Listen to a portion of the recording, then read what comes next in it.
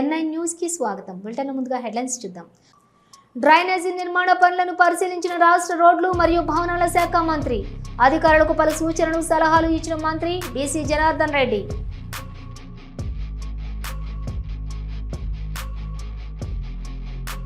Madhapur DCP Vineet ఆధ్వర్యంలో భారీ cordon search operation.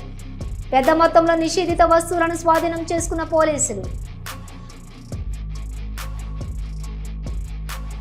Polavaram ఎడమ ప్రధాన కాలువ పనుల పురోగతిపై మంత్రి నిమ్మల రామానాయుడు వీడియో కాన్ఫరెన్స్ లో పాల్గొన్న ఇరిగేషన్ అధికారులు.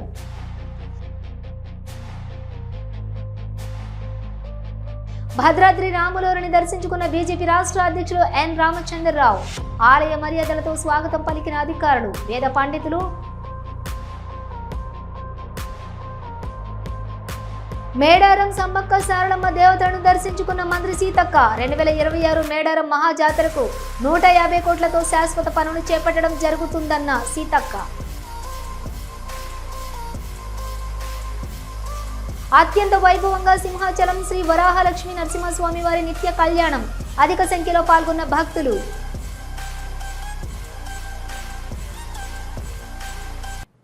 కర్నూలు బనగానపల్లె పట్టణంలోని జుర్రేరు వాగు సమీపంలో బంగారమ్మ తోట దగ్గర నిర్మిస్తున్న డ్రైనేజీ నిర్మాణ పనులను రాష్ట్ర రోడ్లు మరియు భవనాలు, పెట్టుబడులు, మౌలిక సదుపాయాల శాఖ మంత్రి బీసీ జనార్దన్ రెడ్డి పరిశీలించారు. బంగారమ్మ తోట దగ్గర డ్రైనేజీ అభివృద్ధి పనులను అధికారులతో కలిసి పర్యవేక్షించి పలు సూచనలు, సలహాలు మంత్రి బీసీ జనార్దన్ రెడ్డి చేశారు. ఈ కార్యక్రమంలో అధికారులు తదితరులు పాల్గొన్నారు.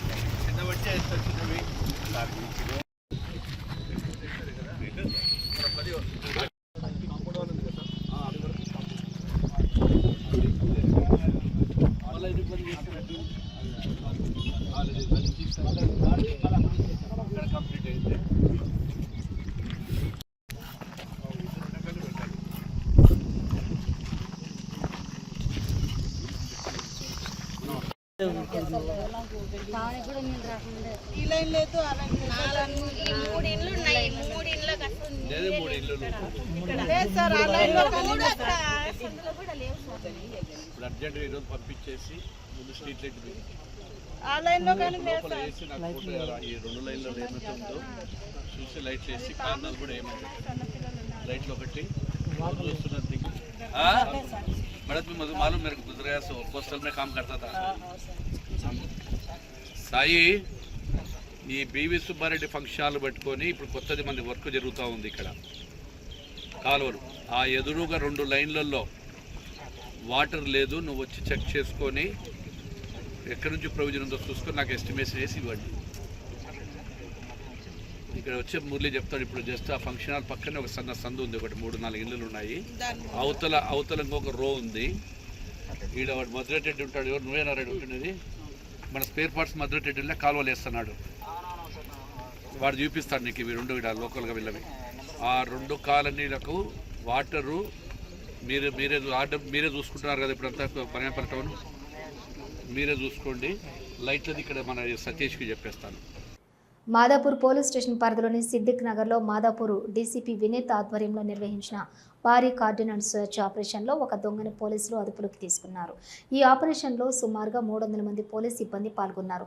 ఈ తనిఖీలో పోలీసులు పెద్ద మొత్తంలో నిషేధిత వస్తువులను స్వాధీనం చేసుకున్నారు. వాటిలో గుట్కా ప్యాకెట్లు, భారీగా మద్యం సీసాలు, అలాగే అక్రమంగా నిల్వ ఉంచిన 40 గ్యాస్ సిలిండర్లు ఉన్నాయి. వీటితో పాటుగా సరైన పత్రాలు లేని 40 బైకులు, ఒక కారు మరియు ఒక ఆటోను కూడా పోలీసులు స్వాధీనం చేసుకున్నారు. శాంతి భద్రతల పరిరక్షణకు మరియు అక్రమ కార్యకలాపాలను అరికట్టడానికి పోలీసులు చేపట్టిన ఈ చర్య స్థానికంగా ప్రశంసలు అందుకుంటోంది. స్వాధీనం చేసుకున్న వస్తువులు మరియు అరెస్టు చేయబడిన దొంగపై తదుపరి విచారణ కొనసాగుతుందని పోలీసులు తెలిపారు. ఇలాంటి ఆపరేషన్లు భవిష్యత్తులో కూడా కొనసాగుతాయని డీసీపీ వినీత్ స్పష్టం చేశారు.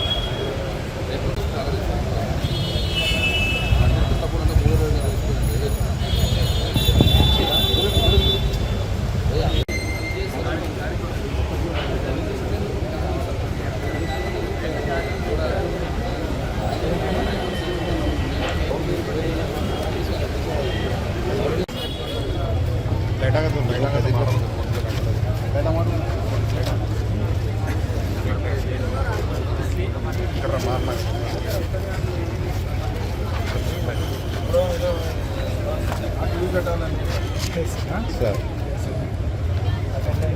looks like ఏదైతే ఎఫ్ఐఆర్ ఉంటే ఉంటుంది చెక్ చేసి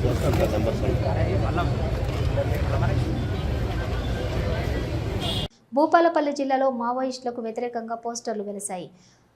ముకునూరు, నీలంపల్లి, బూరుగుగూడెం, సర్వాయిపేట గ్రామాల్లోని కనిపించిన ఈ పోస్టర్లలో మావోయిస్టు అగ్రనేతలు పాత సిద్ధాంతాలను విడిచిపెట్టి ప్రజల జీవన విధానంలో కలవాలని కోరారు. మేధస్సును ప్రజల అభివృద్ధికి వినియోగించాలని, ఇది మావోయిస్టు ఆత్మ పరిరక్షణ ప్రజాఫ్రంట్ పిలుపు అని రాసుకొచ్చారు. ములుగు జిల్లాలోని మావోయిస్టు వారోత్సవాల నేపథ్యంలో కన్నయ్యగూడెం మండలంలో ఎస్ఐ వెంకటేష్ ఆధ్వర్యంలో పోలీసులు విస్తృత తనిఖీలు చేపట్టారు. ఛత్తీస్గఢ్ నుంచి కన్నయ్యగూడెం ప్రధాన రహదారిపై వాహనాలు తనిఖీ చేపట్టారు. అనుమానాస్పద వ్యక్తులను విచారించారు. మండలంలో ఎలాంటి అవాంఛనీయ సంఘటనలు జరగకుండా బందోబస్తు ఏర్పాటు చేసినట్లుగా ఎస్ఐ వెంకటేష్ తెలిపారు.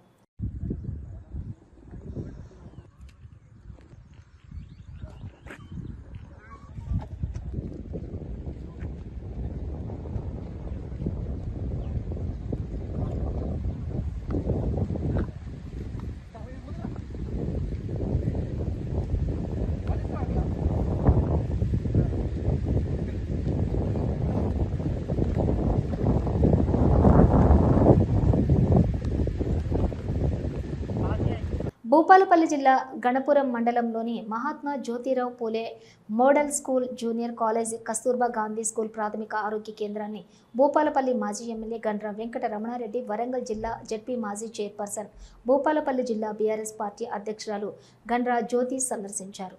మోడల్ స్కూల్ మరియు కాలేజ్లో 380 మంది విద్యార్థులు ఉంటే అందులో 220 మంది బాలికలు ఉన్నారు. ఖర్చు కూడా పెట్టాలి. మా కార్యకర్తలకు ఇచ్చినాం, మా కార్యకర్తలను సంతృప్తిపరచడానికి ఇచ్చినాం అనేటువంటి పద్ధతిలో కాకుండా మరి ఇచ్చినటువంటి నిధులు సక్రమంగా ఉపయోగంలోకి తీసుకురావాల్సిన బాధ్యత కూడా మరి ఇక్కడ ఉండేటువంటి జిల్లా యంత్రాంగం పైన ఉంటుంది. ఎందుకంటే ఏదో శిలాఫలకాలు వేసుకోవడం, ప్రచారం చేసుకోవడం కాదు. పని ఎంతవరకు జరిగింది, పర్యవేక్షణ కూడా ఉండాలి, ప్రోగ్రెస్ ఏందని కూడా చూసుకోవాలి. ఎందుకంటే ఒకప్పుడు ఈ స్కూల్లో దాదాపు 500 మంది 400 మంది చదువు 600 ఉండేది. ఇప్పుడు చూస్తే అంతా కొడితే 300 కూడా లేదు, 300-400కి వచ్చేసింది. అంటే రేపు భవిష్యత్తులో ఇంకింత తగ్గిపోయే పరిస్థితి ఉంది. తర్వాత ప్రాంగణం అంతా కూడా నీట్గా పెట్టుకోవాలి. వర్షాకాలం వచ్చింది, అంతా గ్రీనరీ అంతా తీసేసి పిల్లలు ప్లేగా ఆడుకోవడానికి ఉండాలి. అది కాకుండా గతంలో మరి స్టాఫ్ మొత్తం చెట్లు పెరిగి రాళ్ళ చెట్లు పెరిగి బిల్డింగ్ మొత్తం కూడా డిస్మెంటల్ ఎవరు కూడా ఎవరు చూసుకోకపోవడం అనేది మరి ఇక్కడ ఏం జరుగుతుందో అర్థం కానటువంటి పరిస్థితి. పోలవరం ఎడమ ప్రధాన కాలువ పనుల పురోగతిపై మంత్రి నిమ్మల రామానాయుడు వీడియో కాన్ఫరెన్స్ నిర్వహించారు. ఈ సమీక్షలో irrigation special secretary G Sai Prasad, adviser Venkateswararao, ENC Narasimhamurthy, ఆయా ప్రాజెక్టుల ఎస్ఈలు, ఈఈలు, ఏజెన్సీల ప్రతినిధులు మరియు ఇతర ఉన్నత అధికారులు పాల్గొన్నారు. మంత్రి మాట్లాడుతూ డయాఫ్రమ్ వాల్ 25,238 చదరపు మీటర్లు పూర్తి చేసి 40% పురోగతి సాధించింది. డయాఫ్రమ్ వాల్ 373 ప్యానెల్స్ గాను ఇప్పటికే క్రిటికల్గా ఉన్న 130 ప్యానెల్స్ పూర్తి చేయడం జరిగింది. వరద కాలంలో కూడా డయాఫ్రమ్ వాల్ పనులు ఆగకుండా డివాటరింగ్ చేసుకుంటూ 2025 డిసెంబర్కు పూర్తి చేశాం. Gap 1 earth cum rack feel dam పనులు 2026 మార్చి నాటికి పూర్తి చేసే లక్ష్యంగా జరుగుతున్నాయని అన్నారు. Gap 2 ECRF dam designs CWC PPA ఆమోదం పొందిన వెంటనే నవంబర్కు పనులు మొదలు పెడతాం. పోలవరం ఎడమ కాలువ పనులు పూర్తి చేసి 2025 కల్లా ఉత్తరాంధ్రకు గోదావరి జలాలు తీసుకువెళ్లేలా చంద్రబాబు లక్ష్యంకు అనుగుణంగా పనులు పూర్తి చేయాలి. పోలవరం ఎడమ కాలువ పనుల పురోగతికి సంబంధించి నేషనల్ హైవే క్రాసింగ్ బ్రిడ్జిల పనులు ఆగస్టులోగా పూర్తి చేయాలి. గత 5 సంవత్సరాల పాలనలోని పోలవరం ఎడమ కాలువకు ₹1 కానీ ఒక తట్ట మట్టి పనులు కానీ చేయలేదని అన్నారు.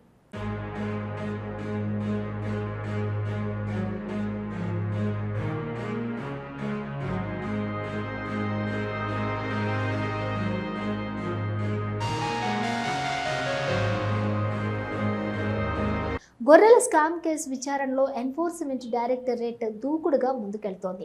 హైదరాబాద్లో 10 చోట్ల ఈడీ దాడులు కొనసాగుతుండటం హాట్ టాపిక్గా మారింది. సికింద్రాబాద్, బోయిన్పల్లి, జూబ్లీహిల్స్ ప్రాంతాల్లో ఈడీ సోదాలు చేపట్టింది.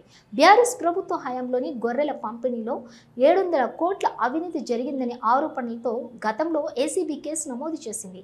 అనంతరం ఈడీ రంగంలోకి దిగింది. ఏసీబీ నమోదు చేసినటువంటి ఎఫ్ఐఆర్ ఆధారంగా ఈసీఐఆర్ నమోదు చేసింది. గొర్రెల కుంభకోణం కేసులో ఈడీ విచారణను వేగవంతం చేసింది.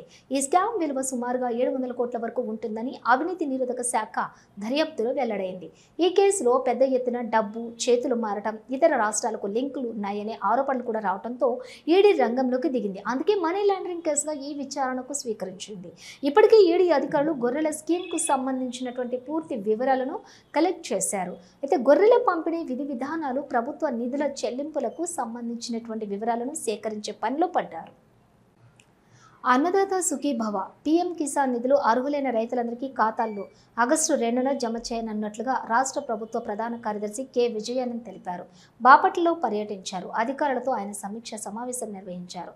ఈ సందర్భంగా మాట్లాడుతూ ఈ పథకానికి సంబంధించి ఎవరైనా ఈకేవైసీ ఎన్సీపై మ్యాపింగ్ కానీ వారు వెంటనే సమీపంలోని రైతు సేవా కేంద్రాలను సంప్రదించి ఆ ప్రక్రియను పూర్తి చేసుకోవాలని చెప్పారు. ఈ పథకం అమలుకు ఇంకా 3 రోజుల సమయం ఉన్నందున ఈ అవకాశాన్ని వినియోగించుకోవాలని కోరారు. ఈ పథకానికి అనర్హులుగా గుర్తించిన వారికి దానికి సంబంధించినటువంటి వివరాలను తెలపాలన్నారు. తిరస్కరణకు గురైన వారి వివరాలను మరోసారి పరిశీలించాలని సూచించారు. కొంతమంది రైతులకు సంబంధించిన భూమి మ్యూటేషన్ ప్రక్రియ చేయకపోవడం, ఆధార్ సీడింగ్ సరిగా నమోదు కాకపోవడం, చనిపోయిన వారికి సంబంధించిన అంశాలపై రెవెన్యూ శాఖ చర్యలు తీసుకోకపోవడం ఈ పథకం వర్తించలేదని ఫిర్యాదులు వస్తున్నాయని, అలాంటి వాటిని వెంటనే పరిష్కరించాలని అధికారులకు సూచించారు. ఇంజనీర్లు, రెలవెంట్ ఆఫీసర్స్ అందరూ విత్ ఇన్ఫర్మేషన్ రెడీగా ఉన్నారు sir. I request CMD to start the proceedings.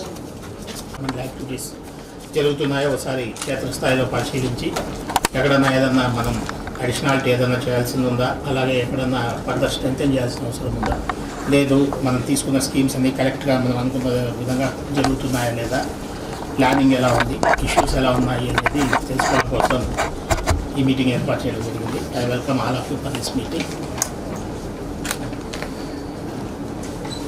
So ముఖ్యంగా ఏంటంటే ముందు విల్ రివ్యూ ఆర్డిఎస్ఎస్. నాకు ఆర్డిఎస్ఎస్ మీరు డివిజన్ వైజ్ ఉందా డేటా? లేదా స్టార్ట్ డివిజన్ వైజ్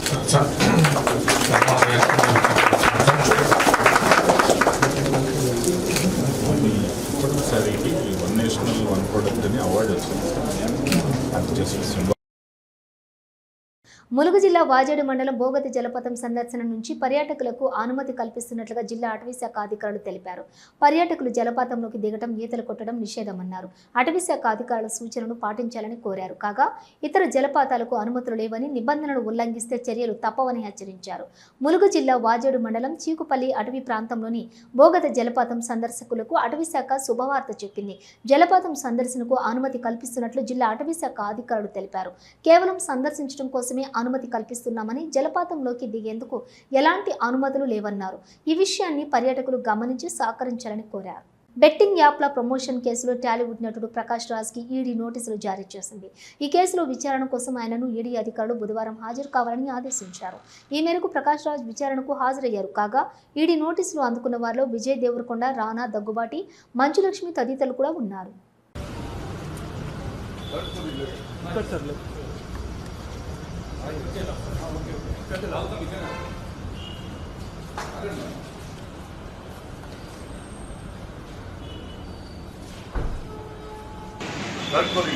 ఇట్లే సార్ లిఫ్ట్ ఓకే ఓకే అన్నట్టు అవుతాం ఇక్కడనే అవుతాం. Okay sir sure.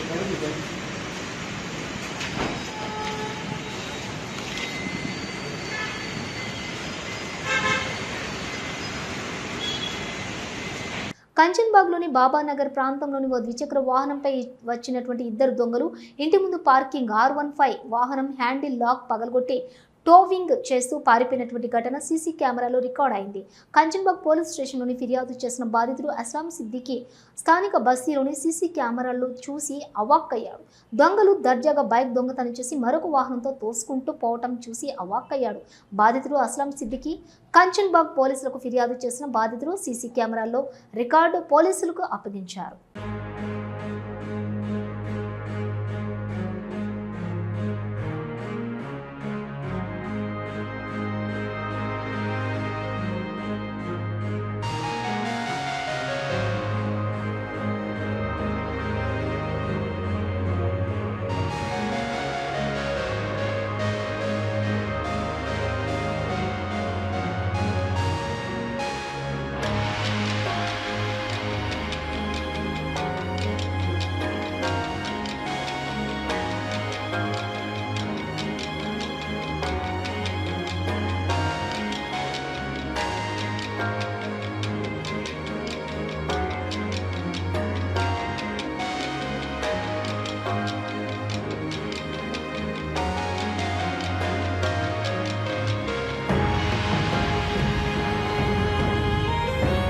చిత్తూరు జిల్లా విజయపురం మండలం శ్రీహరిపురం కోటేశ్వరమ్మ ఇంజనీరింగ్ కాలేజ్ సమీపంలోని నిర్వహించిన రీకాలింగ్ చంద్రబాబు కార్యక్రమంలో రాష్ట్ర మాజీ మంత్రి ఆర్కే రోజా పాల్గొన్నారు.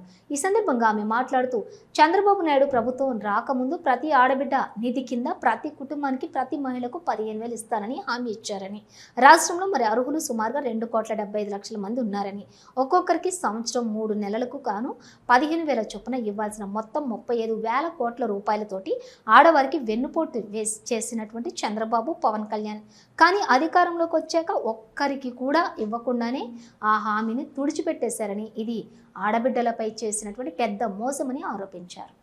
ఈరోజు మీ పరిస్థితి ఏంటి? ఒక పండగ వస్తే మనం చేసుకోవడానికి ఉందా? పండగ వస్తే మీకు అమ్మఒడో, చేయుతో, ఆసరానో, రైతు భరోసానో లేదా 0 వడ్డీకి రుణాలు ఇచ్చేవారు. సో మీరు కూడా బ్రహ్మాండంగా పండగలు చేసుకున్నారు, ప్రతి ఒక్కరు ఇల్లు కట్టుకున్నారు, ఇంట్లో కావాల్సిన వస్తువులన్నీ కొన్నారు. కానీ ఈరోజు ఉండాలి బ్యాంకు దగ్గర ఒక లేడీ కనిపిస్తున్నారా? ఏ షాప్లో అయినా వెళ్తే ఒకరు కనిపిస్తున్నారా? ఎందుకు? మీకు ఇస్తానన్నవి ఎగ్గొట్టారు, జగనన్న ఇస్తున్నవి ఎగ్గొట్టారు. దీన్ని ఏమంటారు? మోసం చేయడం అనరా? ఒక మనిషికి ఇచ్చిన మాట చేయకపోతేనే మోసం అంటారు. అలాంటిది చంద్రబాబు నాయుడు, పవన్ కళ్యాణ్ ఇద్దరు సంతకాలు పెట్టి ఉమ్మడి మేనిఫెస్టోని ఇచ్చారు. ఇద్దరు సంతకాలు పెట్టి బాండ్లు పంచారు ఇంటింటికి. మీ ఇంట్లో ఇంతమంది ఉన్నారు, అమ్మఒడికి ఇంతమంది ఎలిజిబిలిటీ, 2 పిల్లలు ఉంటే 30,000, 3 ఉంటే 45,000, రైతు ఉన్నారా ఇంత డబ్బులు, 18 ఏళ్ళ పైన ఉన్నారా, 60 ఏళ్ళ లోపల ఉన్నారా, నెలకి 1,500. సో మీరు ఇన్ని లక్షలకి ఎలిజిబిలిటీ, సంవత్సరానికి ఇన్ని లక్షలు, 5 సంవత్సరాలకి ఇంత. మేము గెలిస్తే 2024 జూన్ నుంచే ఈ డబ్బు మీ అకౌంట్లో పడుతుందని బాండ్లు ఇచ్చారా లేదా? అందరికీ బాండ్లు ఇచ్చారు. మరి 2024 జూన్ అయిపోయింది, 2025 జూన్ అయిపోయింది. అంటే క్యాలెండర్లో సంవత్సరాలు మారిపోతున్నాయి, నెలలు మారిపోతున్నాయి, డేట్లు మారిపోతున్నాయి. కానీ వాళ్ళు ఇచ్చిన బాండ్లో ఒకటైనా జరిగిందా? మరి సంతకాలు పెట్టి బాండ్లు ఇచ్చి మోసం చేసిన వాళ్ళని మోసగాళ్ళు, చీటర్లు అంటారు. అలాంటి వాళ్ళ మీద ఎలాంటి కేసు పెట్టాలి? 420 కేసు పెట్టాలి. బీజేపీ రాష్ట్ర అధ్యక్షులు శ్రీ ఎన్ రామచంద్రరావు భద్రాద్రి దేవాలయంలో శ్రీ శ్రీ శ్రీ సీతారామచంద్రమూర్తి స్వామి వారిని దర్శించుకున్నారు.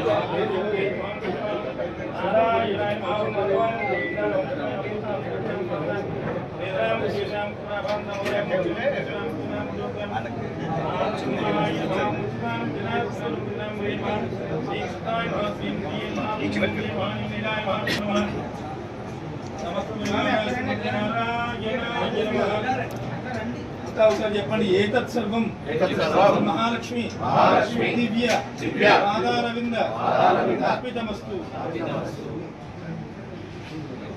ఓం సంప్రాజ్ఞ విశ్వయాత్మ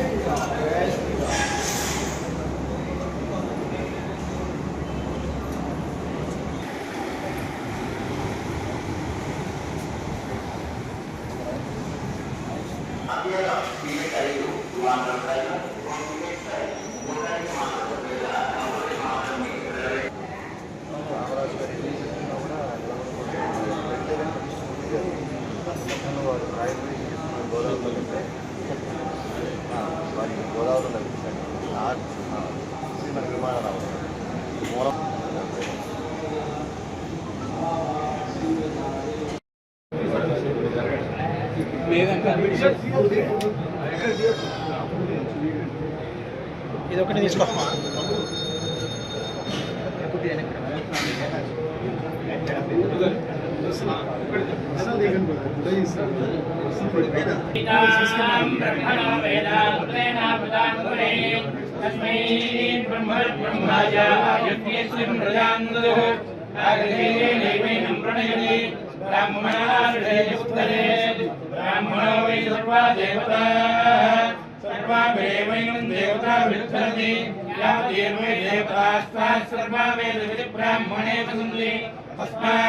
ब्राह्मणेभ्यो वेद विद्यो दिवे दिवे नमस्कुर्यान्नार्चेलङ्गे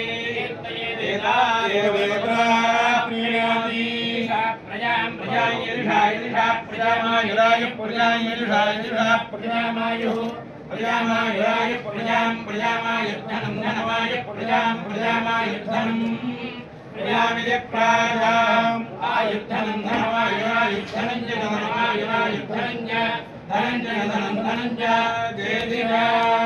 देवावरुन्धे श्रीदेवादेवन्वेद्या क्षेमो वै राष्ट्रस्य दीतो वासः क्षेममेवावरुन्धे युक्तृशस्येन्द्रियायुष्येवेन्द्रिये प्रतिष्ठति. ములుగు జిల్లాలో ఆదివారం మంత్రి సీతక్క పర్యటించారు. మేడారం సమ్మక్క సారలమ్మ దేవతలను దర్శించుకుని మొక్కులు తీర్చుకున్నారు. ఫిబ్రవరిలో జరిగేటటువంటి మహాజాతర ఏర్పాట్లపై అధికారులతో సమీక్ష సమావేశం నిర్వహించారు. సమ్మక్క సారలమ్మ జాతరకి వచ్చే భక్తులు ఎటువంటి అసౌకర్యం జరగకుండా ప్రణాళికలు సిద్ధం చేయాలన్నారు. 2026 మేడారం మహాజాతరకు 150 కోట్లతో శాశ్వత పనులు చేపట్టడం జరుగుతుందన్నారు.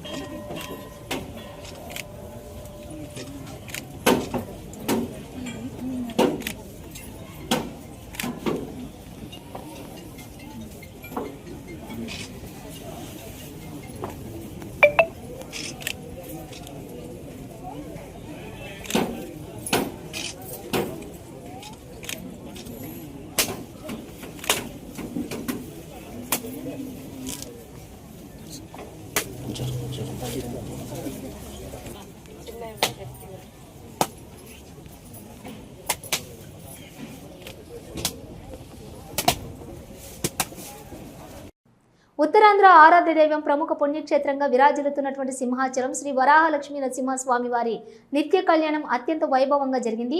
ఆర్జిత సేవల్లో భాగంగా అర్చక స్వాములు ఉత్సవమూర్తి గోవిందరాజస్వామిని ఉభయ దేవేరులతో మండపంలోని అధిష్ఠింపజేశారు. నిత్య కళ్యాణంలో పాల్గొన్న భక్తుల గోత్రనామాలతోటి సంకల్పం చెప్పి పంచారాత్రాగమ శాస్త్ర విధానంలో విశ్వక్సేన ఆరాధన పుణ్యహవచనాలతోటి కార్యక్రమానికి శ్రీకారం చుట్టారు. కంకణ ధారణ, నూతన యజ్ఞోపవిత సమర్పణ, జీలకర్ర బెల్లం, మాంగళ్య ధారణ, తలంబ్రాల ప్రక్రియను కూడా కమనీయంగా జరిపించారు. మంత్రపుష్పం, మంగళ శాసనాల తర్వాత భక్తులకు వేదాశీర్వచనాలు, శేషవస్త్రాలు, స్వామివారి ప్రసాదాలను కూడా అందజేశారు. అనంతరం స్వామివారి అంతరాలయ దర్శనం కల్పించారు.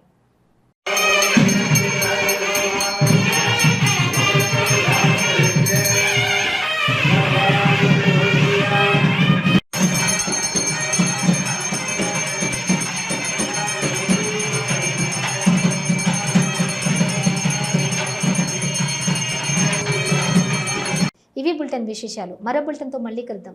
అంతవరకు చూస్తూనే ఉండండి న్యూస్.